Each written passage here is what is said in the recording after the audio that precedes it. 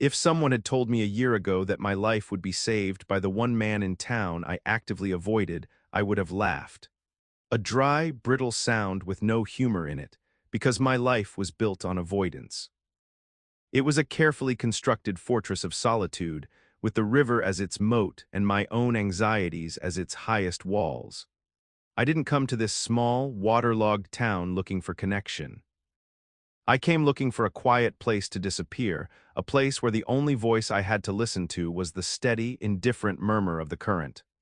My name is Leo, or at least that's the name I use here.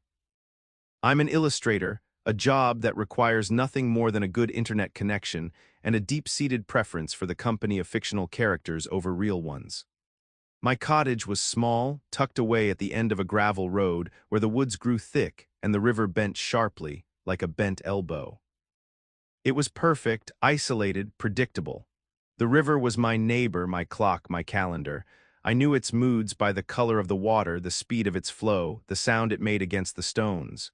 It was a life of meticulous routine. Coffee at dawn, watching the mist burn off the water. Work until noon, lost in worlds of ink and color. A walk along the bank in the afternoon, my boots sinking into the soft earth. Dinner alone, sleep, repeat. It was a grayscale existence, but it was safe. It was mine. And then there was Officer Grant Hayes. He was the town's disruption, my disruption. He wasn't from here, a transplant from some city I couldn't be bothered to remember. He'd arrived a couple of years back, bringing with him an aura of concrete and steel that didn't belong among the whispering pines and damp soil. He was tall, broad-shouldered in a way that seemed to strain the seams of his crisp uniform. His presence was an exclamation point in the town's quiet sentence. I saw him, of course. It was impossible not to. His patrol car would cruise slowly down my road, a silent, watchful shark in the dappled sunlight. Sometimes I'd see him in the town's single grocery store, his sheer size making the narrow aisles feel claustrophobic. He moved with a kind of coiled stillness, an economy of motion that spoke of discipline and control. Everything about him felt controlled. His short, dark hair, his jaw which always seemed to be set, his eyes, a shade of blue so pale they looked like chips of ice, missed nothing. He was, to my anxious mind, a walking personification of judgment. He was the law, he was order, he was everything my messy, internal world was not, and so I avoided him. If I saw his car coming, I'd step back into the trees during my walk. If I saw him in the store, I'd abandon my basket and come back later. It was a foolish, childish game, but it was how I managed the steady thrum of panic he ignited in my chest. My perception of him was built from these distant observations. He was arrogant, I decided, confident to the point of being dismissive. I'd seen him talk to people, his face impassive, his tone clipped and professional. He didn't smile. Not a real one, anyway. He represented an authority I had spent my entire life trying to escape. A world of sharp edges and hard truths that I had painstakingly softened with the blurry lines of my art and the constant hum of the river. The distance between us was more than just the gravel on the road. It was a chasm. He was a man of action, of physicality, of the real, tangible world. I was a man of thought, of shadows, of worlds that existed only on paper. He was solid.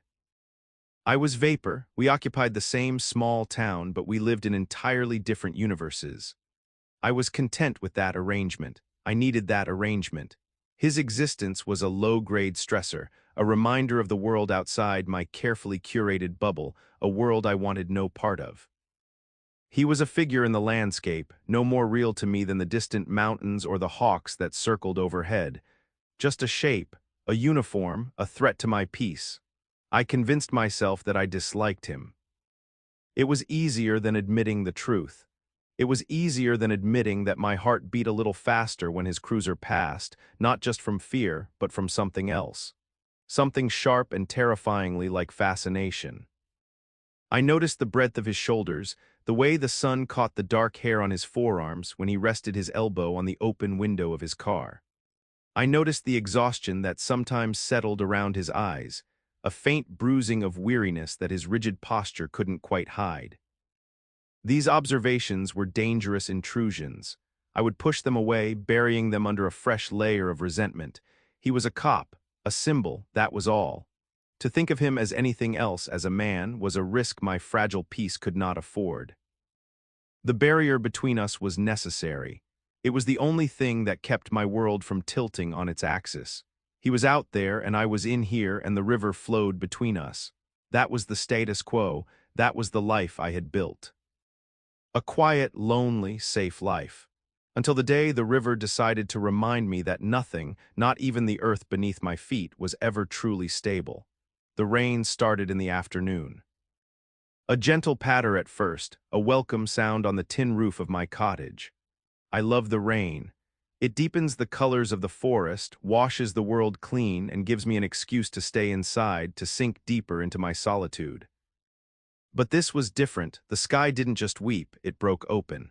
By evening, the gentle patter had become a roar. The wind howled, rattling the window panes in their frames. It was a violent, angry storm, the kind that makes you feel small and insignificant. The kind that reminds you that nature is not your friend. The lights flickered once, twice, and then died, plunging my little cottage into a profound, suffocating darkness. I wasn't afraid, I had candles, a fireplace. This was part of the life I'd chosen, the occasional surrender to the elements. But then I heard a new sound, a deep, guttural growl that vibrated through the floorboards. It was the river. I grabbed a flashlight, its beam cutting a nervous path through the blackness, and went to the window. My breath caught in my throat. The river I knew, the calm, predictable neighbor, was gone. In its place was a monster. A churning, muddy beast that had swallowed its banks whole and was now clawing at my yard. It was higher than I'd ever seen it, a roiling torrent of black water and debris. Tree branches, whole logs, twisted and spun in the current. A surge of adrenaline, cold and sharp, shot through me. My small wooden deck, the one where I drank my morning coffee, was already half submerged. On it was a heavy ceramic planter, a gift from my mother from years ago, one of the few things I'd kept from my old life. It was a stupid thing to care about, a worthless, sentimental object, but in that moment it was everything. It was a link to a time before the fortress, before the solitude. I didn't think, that was the problem.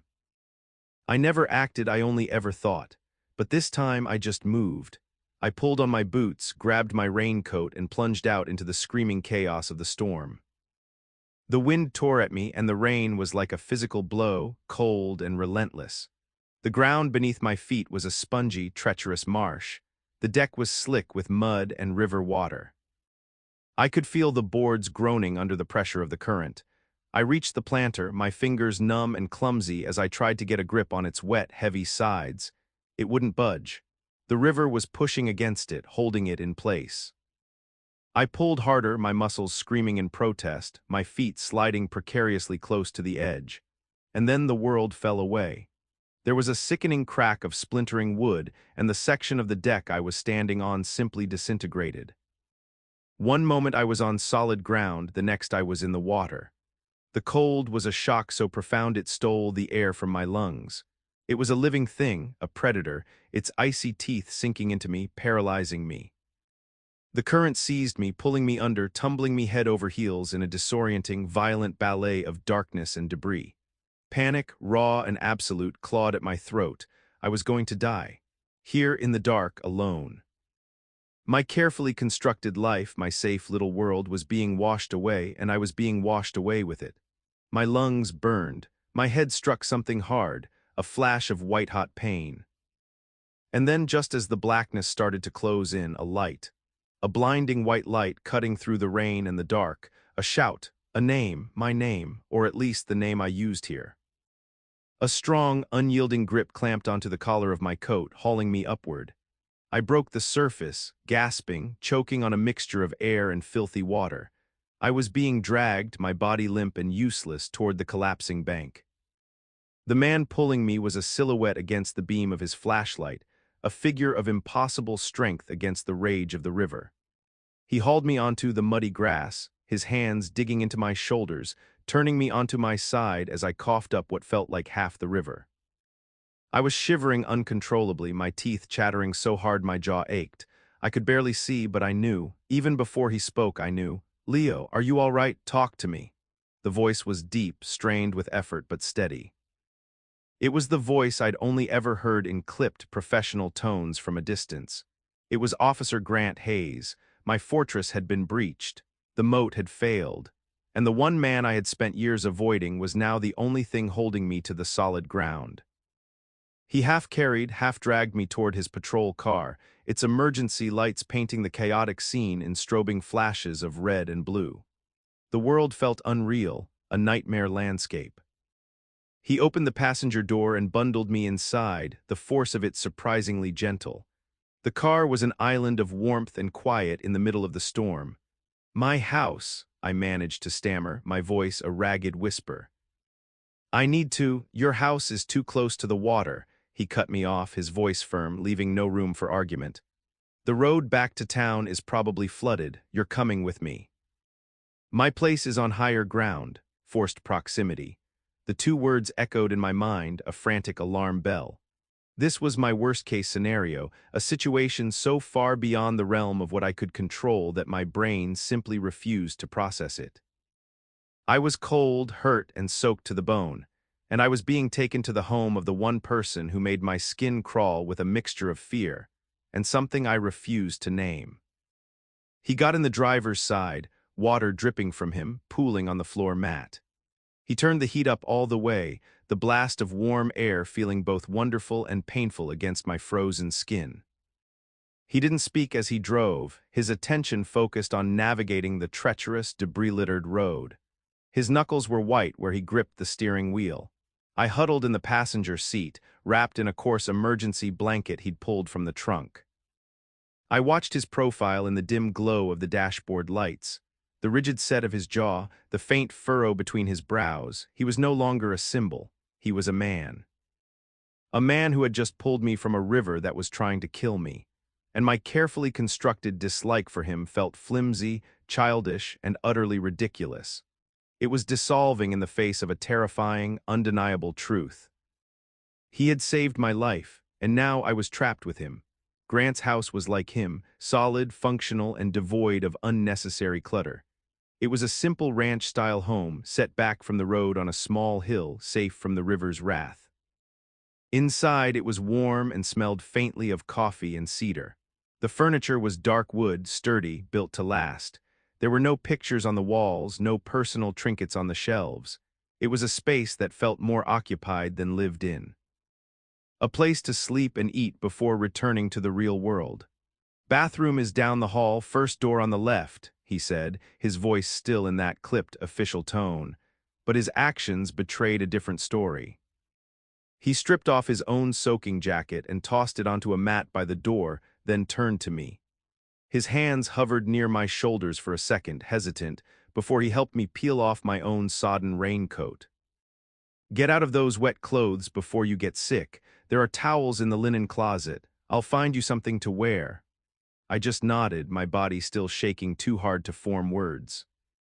I moved on autopilot, my stockinged feet silent on the hardwood floor. In the bathroom, I stared at my reflection in the mirror. A pale, wild-eyed stranger stared back. My hair was plastered to my skull, my lips were blue, and there was a dark, angry-looking gash on my temple where I'd hit the debris. I hadn't even felt it. I stripped off my clothes, leaving them in a pathetic, dripping pile on the tile floor. The hot water of the shower was a miracle. It was a painful bliss, thousands of tiny needles coaxing the life back into my frozen limbs. I stood there for a long time, letting the steam fill my lungs, trying to wash away not just the river mud, but the sheer terror of the last hour. When I stepped out, wrapped in a thick, impossibly soft towel, I found a pile of clothes neatly folded on the closed toilet lid. A gray sweatshirt, a pair of dark blue sweatpants, and thick wool socks. They were all ridiculously large, but they were clean and dry. I pulled them on. The sweatshirt hung off my shoulders, the sleeves completely swallowing my hands. The fabric was soft, worn from countless washes, and it smelled of him.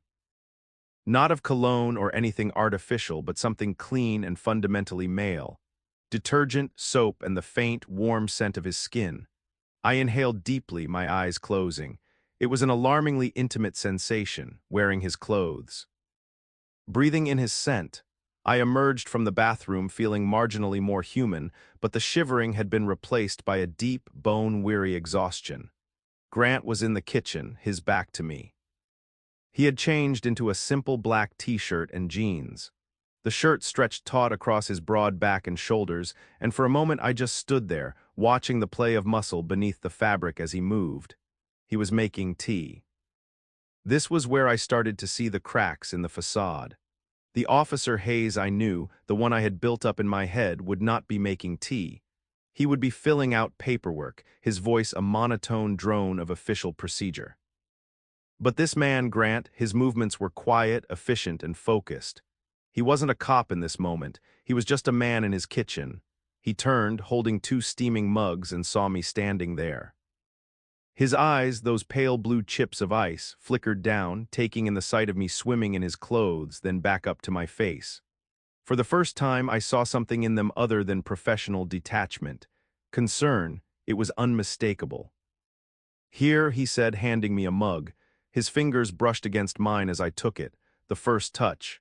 It was nothing, a fleeting, accidental contact, but to me it was a lightning strike. A jolt of pure, unadulterated electricity that shot up my arm and detonated somewhere in my chest. Heat. So much heat, it was a stark contrast to the lingering cold in my bones. My heart, which had been beating a slow, exhausted rhythm, suddenly kicked into a frantic, panicked gallop. A trapped bird beating its wings against the cage of my ribs. He touched me. The thought was loud, intrusive, overwhelming. My breath hitched, I nearly dropped the mug. He didn't seem to notice, or if he did, he gave no sign. "Drink it, it'll help with the cold." He gestured with his head toward the living room, where a fire was now crackling merrily in a stone fireplace. "Sit down before you fall down." I obeyed, sinking into the depths of a worn leather armchair that seemed to swallow me whole. The mug was warm in my trembling hands. The tea was hot, sweet, and strong. I watched him as he sat on the hearth, his back to the flames, the firelight casting flickering shadows across the sharp planes of his face.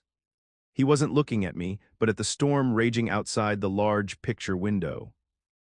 And in the warm, fire-lit quiet of his house, I observed him, really observed him for the first time. I saw the fine white lines that fanned out from the corners of his eyes, etched there by sun or stress or both. I saw the faint, silvery scar that cut through his left eyebrow, a detail I'd never been close enough to notice before. His hands, which I had always seen as tools of enforcement, gripping a steering wheel, resting on his belt, were cradling his own mug. They were large, the knuckles prominent, the fingers calloused, but there was a gentleness in the way he held the ceramic, a carefulness that seemed at odds with the sheer power they possessed. He looked tired. Not just physically tired from hauling me out of a river, but a deeper, more profound weariness that settled in his shoulders and dulled the sharp blue of his eyes. The stoic, arrogant cop I had invented was nowhere to be found. In his place was a man who looked lonely. The silence stretched, but it wasn't uncomfortable. It was a heavy, weighted silence, filled with the roar of the storm outside and the crackle of the fire inside. Then he spoke, his voice low, pulling my attention away from my catalog of his features. "You have a nasty cut on your head." I reached up, my fingers finding the tender, sticky spot on my temple. I flinched. "I didn't realize." "Stay put," he said, getting to his feet. He returned a moment later with a first aid kit. He knelt in front of my chair and the entire dynamic of the room shifted. Suddenly, he was too close. His proximity was overwhelming, a physical presence that filled my senses. I could smell the clean scent of his soap, feel the heat radiating from his body. My entire nervous system was on high alert. "This might sting," he said, his voice softer now, closer. He opened a small antiseptic wipe and the sharp scent of alcohol filled the air. Here, the power dynamic I had always taken for granted, him as the authority, me as the anxious observer, was completely inverted. He was kneeling, I was looking down at him. He was the one tending to me, his focus entirely on my small, insignificant injury. He was in a position of care. His left hand came up to cup the side of my face, his thumb resting gently on my cheekbone to steady my head. His touch was firm, confident, and it sent another wildfire racing through my veins. My skin burned where he touched me. Stop it, just stop. My internal monologue was a frantic scream. He's just being a cop, he's just helping. But my body wasn't listening. It was responding on a primal, cellular level. It craved the contact, even as my mind recoiled from the sheer terror of it. His other hand, the one with the wipe, came toward my temple. I flinched instinctively as he dabbed at the cut. "Easy," he murmured. His voice was a low rumble that vibrated through his hand, through my skull. "Almost done." My eyes were fixed on his face, on the intense concentration there.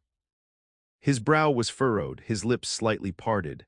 The icy blue of his eyes had softened in the firelight, and in their depths I saw not a cop but a man. A man who was being careful not to hurt me. A man whose thumb was making slow, absent-minded circles on my skin, a soothing gesture that was probably unconscious on his part, but was setting off a series of small explosions all the way down my spine. The power had shifted. He was vulnerable in a way. He was offering care, a quiet, unasked-for tenderness. And in that moment I wasn't afraid of him.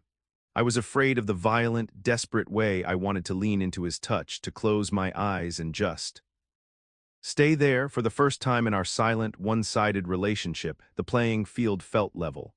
He had saved me from the river. And now, in this small, intimate act of care, he was saving me from something else entirely. He was saving me from the caricature I had made of him. The world had shrunk to this single, charged moment. The storm, the river, the darkness, it all faded away, leaving only the warmth of the fire, the scent of antiseptic, and the shocking, terrifying, undeniable reality of his hand on my skin. The silence in the room was no longer just an absence of noise. It was a living entity, a palpable presence that hummed with unspoken things. He had finished cleaning the cut, had applied a small bandage, but his hand lingered on my face, his thumb still stroking my cheek. He was so close. I could count the individual dark lashes that framed his eyes. I could see the slight tremor in his own hand. He wasn't as unaffected by this proximity as I had thought. My heart was a frantic drum against my ribs, a wild, chaotic rhythm that I was sure he could feel, could hear. My own breath was trapped in my lungs, too scared to move. This is the turning point. The thought was clear and sharp in my mind. The point from which there is no going back to the way things were. The carefully constructed distance, the safety of my avoidance, it was all gone, washed away by the flood, burned away by the fire in his living room. We were just two people, trapped in a house by a storm, the space between us shrinking with every passing second. His gaze dropped from my eyes to my mouth. It was a deliberate, unmistakable shift. The air thickened, growing heavy and charged, crackling with a tension that was more powerful than the storm raging outside. My mind was screaming 1,000 warnings, a litany of all the reasons this was a terrible, dangerous idea. He's a cop, he's your rescuer. This is a mistake, you are a mistake. But my body, for the first time in a long time, was not listening to my mind. It was listening to the primal, desperate longing that had been buried so deep for so long. The longing for connection, for warmth, for a touch that wasn't accidental. He finally broke the silence, his voice a rough, low whisper that was barely audible over the crackle of the flames. "Leo," he said my name like it was a question, like he was tasting it for the first time. I couldn't speak. I could only watch as his face drew closer, his movements slow, hesitant, giving me every opportunity to pull away. It was a question, not a demand. "Are you okay with this?" his eyes seemed to ask, "because I am losing my mind over here." And then he made the confession, not with grand words but with a simple, broken phrase. I see you," he murmured, his breath warm against my skin. "Walking by the river, I worried. It wasn't a declaration of love. It wasn't a flowery, poetic admission. It was something far more real and far more devastating to my defenses. He saw me. In my solitude, in my deliberate invisibility, he had seen me, and he had worried. The thought that I had occupied any space in his mind at all, let alone a space of concern, was enough to shatter the last of my resistance. My fear was still there, a cold knot in my stomach. But beneath it, a fragile, tentative hope was unfurling, the hope that I wasn't as invisible as I thought, the hope that this connection I was feeling wasn't just in my head. I gave the smallest of nods, a barely perceptible movement. But it was enough. It was the permission he had been waiting for. His lips met mine. The first kiss wasn't frantic or passionate. It was slow, it was questioning, it was unbelievably gentle. His lips were soft, warm, and they moved against mine with a hesitant reverence, as if he were handling something incredibly fragile. It was a kiss of profound relief, a silent, shared acknowledgement of the tension that had been humming between us, unspoken, for years. My hands, which had been clutching the tea mug like a lifeline, finally let go. I raised them, my movements clumsy and uncertain, and rested them on his shoulders. I could feel the solid warmth of him through his t-shirt, the strength there. I leaned into him, my body finally surrendering to the pull I had fought for so long. He deepened the kiss slightly, a soft groan rumbling in his chest. His other hand came up to cradle the back of my head, his fingers tangling gently in my damp hair. It was an anchor, it was a promise. It said, "I'm here, I've got you, you're safe." And in the arms of the one man I thought I should fear the most, surrounded by the chaos of the storm, I felt safe for the first time in a very, very long time. The fortress hadn't just been breached, it had been dismantled, stone, by a quiet man with kind hands and worried eyes. The turning point had come and gone, and I had willingly, gratefully, stepped across the line. I woke to the unfamiliar silence of a world scrubbed clean. The storm was over. Pale, watery sunlight was filtering through the blinds, painting stripes of dust motes across the quiet room. For a moment I was disoriented. The scent of wood smoke and old leather, the heavy weight of a quilt, the strange, comfortable dip in the couch cushion beside me. Then memory came rushing back, a tidal wave of sensations. The kiss, the whispered words that followed. The decision, made without discussion, to not be alone. We had stayed by the fire, talking in low murmurs until the flames burned down to embers. He had pulled the quilt from the back of the couch and draped it over us. I had fallen asleep to the steady, comforting rhythm of his breathing, my head resting on his shoulder. I turned my head. The space beside me was empty. A cold, sharp spear of anxiety pierced through the warm, fuzzy remnants of sleep. I sat up, clutching the quilt to my chest. The house was still, too still. I could hear the faint drip of water from the eaves outside, the only sound in the aftermath of the storm's fury. He was gone.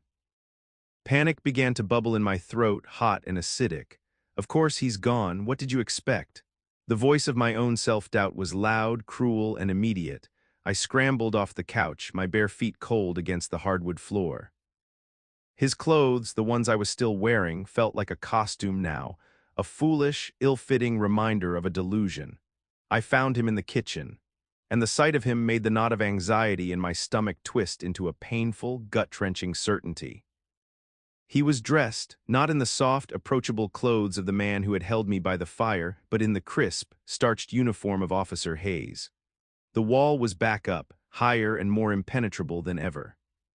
He stood by the counter, sipping coffee, his back to me. His posture was rigid, his shoulders set in a hard, unyielding line.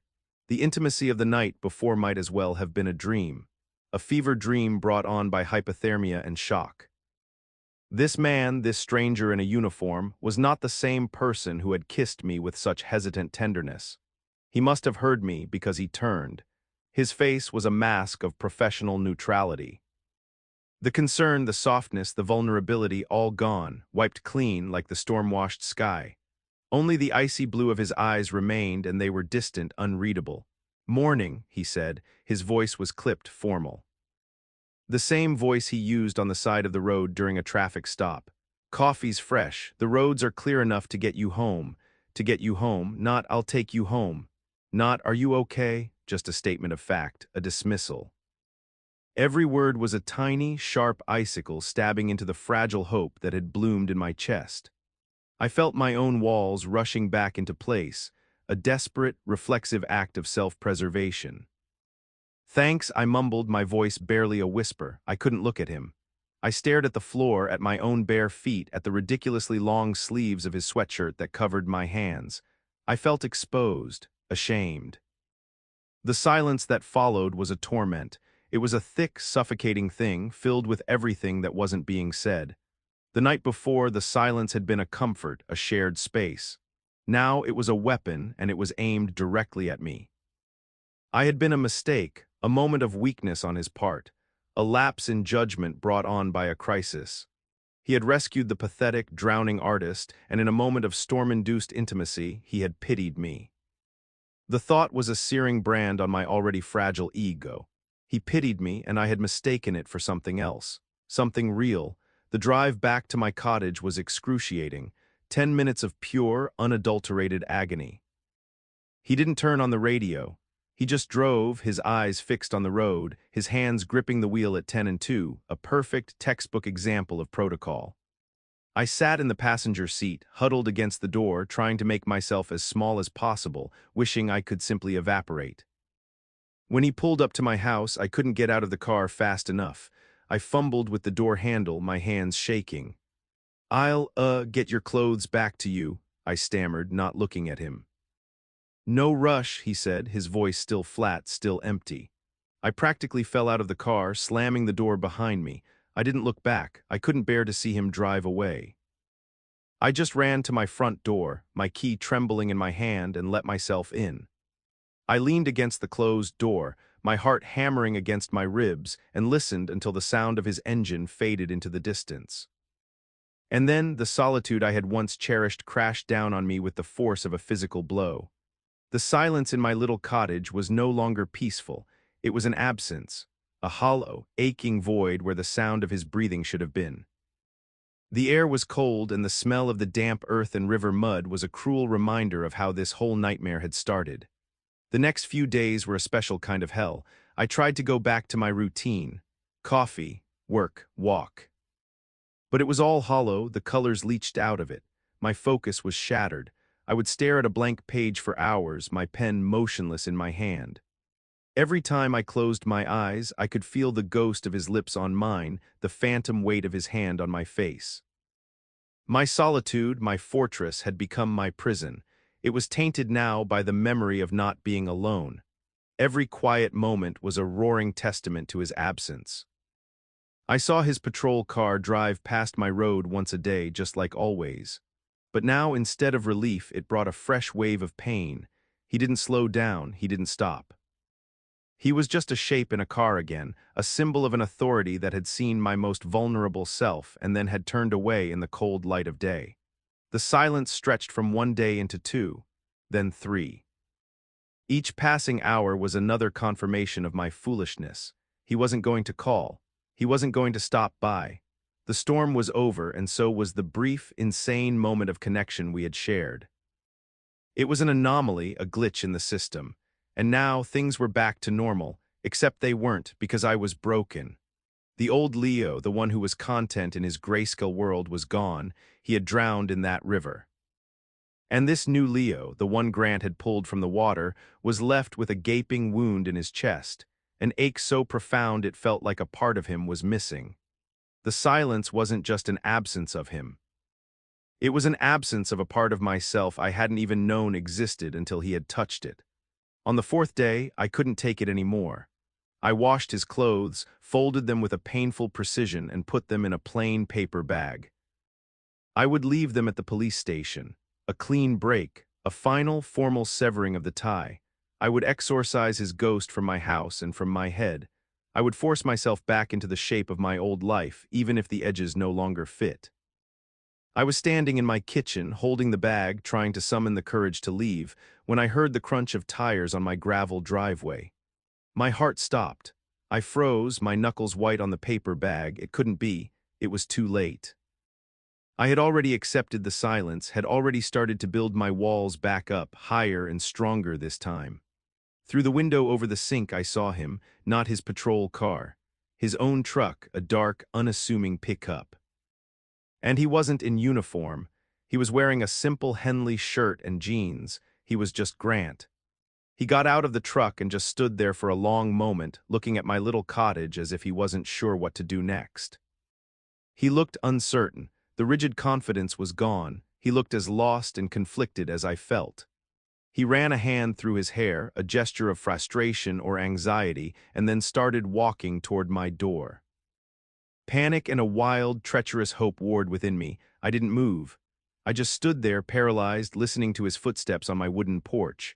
Then a knock, soft, hesitant, not the firm, authoritative rap of a police officer. It was the knock of a man who wasn't sure he was welcome. I took a deep breath, the paper bag crinkling in my grip, and went to the door. I opened it. He stood on my porch, the late afternoon sun at his back, making it hard to see his expression clearly. He wasn't holding anything. He had no excuse to be here. No forgotten jacket, no official business. He was just here. Leo, he said, and my name on his lips was not the crisp, formal word from the morning after, but the soft, questioning murmur from the night of the storm. Grant, I replied, my voice tight. He looked exhausted. The weariness I'd seen by the fire was back, deeper this time. He seemed to be struggling for words, the strong, silent man rendered mute. I'm sorry, he finally managed to get out, the words sounding rusty, unused. For just leaving like that, for not calling. He took a half-step closer, and I could see his eyes now. They were filled with a raw, undisguised vulnerability that mirrored my own. I panicked, he admitted, his voice low and rough. I don't know how to do this. My whole life, my job, it's all about control, about walls. And that night, the storm, everything felt out of control. It scared me. His confession hung in the air between us, a fragile, honest bridge over the chasm of silence that had separated us. He wasn't rejecting me. He was afraid.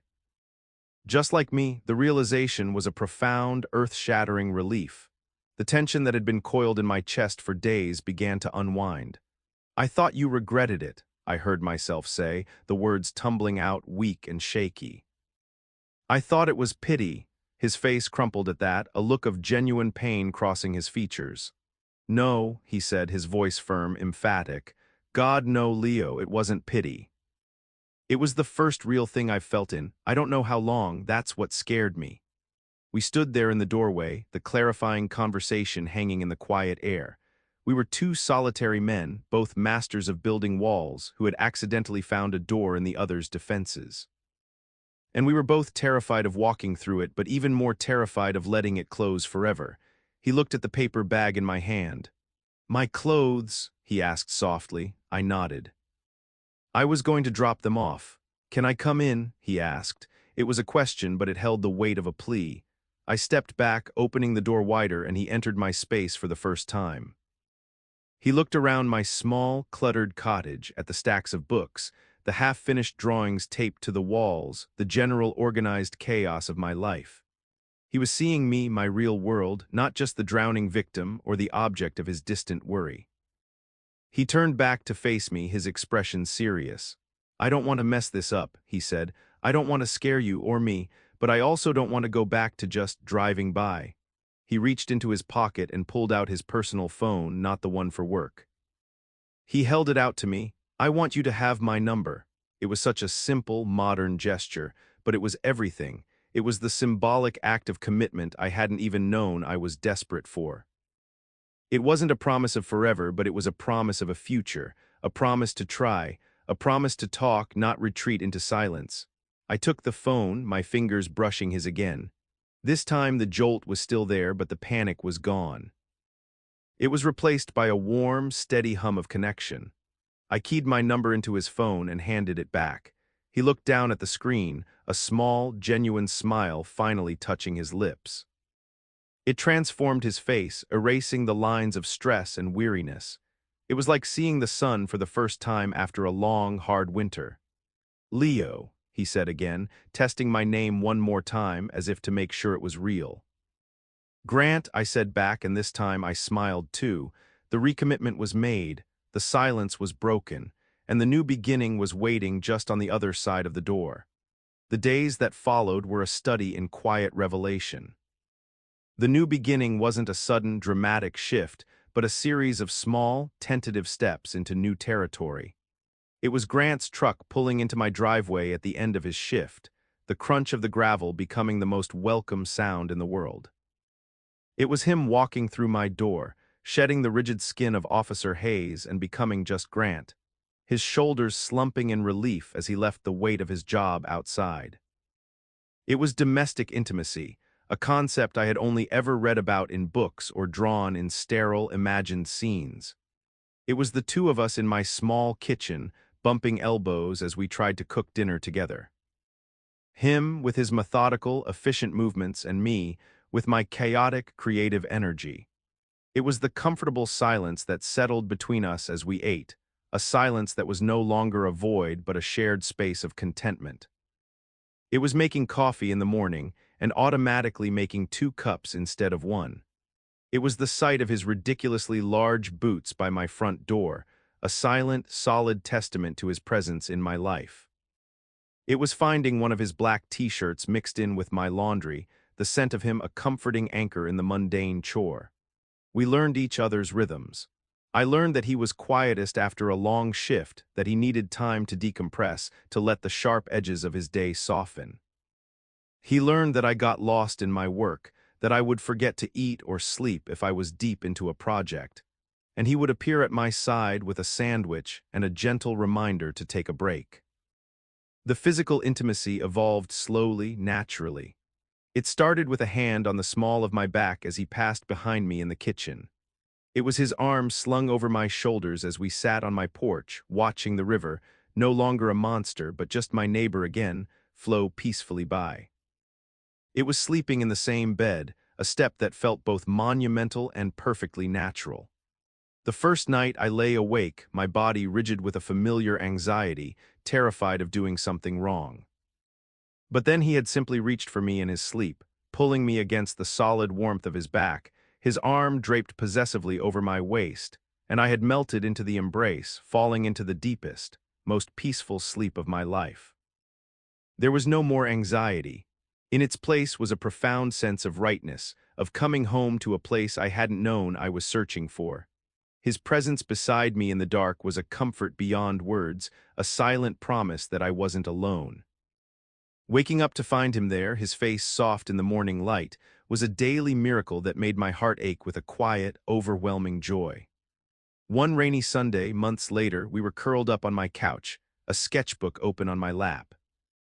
I was trying to capture the way the rain distorted the view of the trees through the window pane.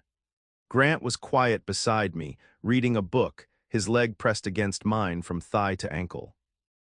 The simple, constant contact was a language all its own.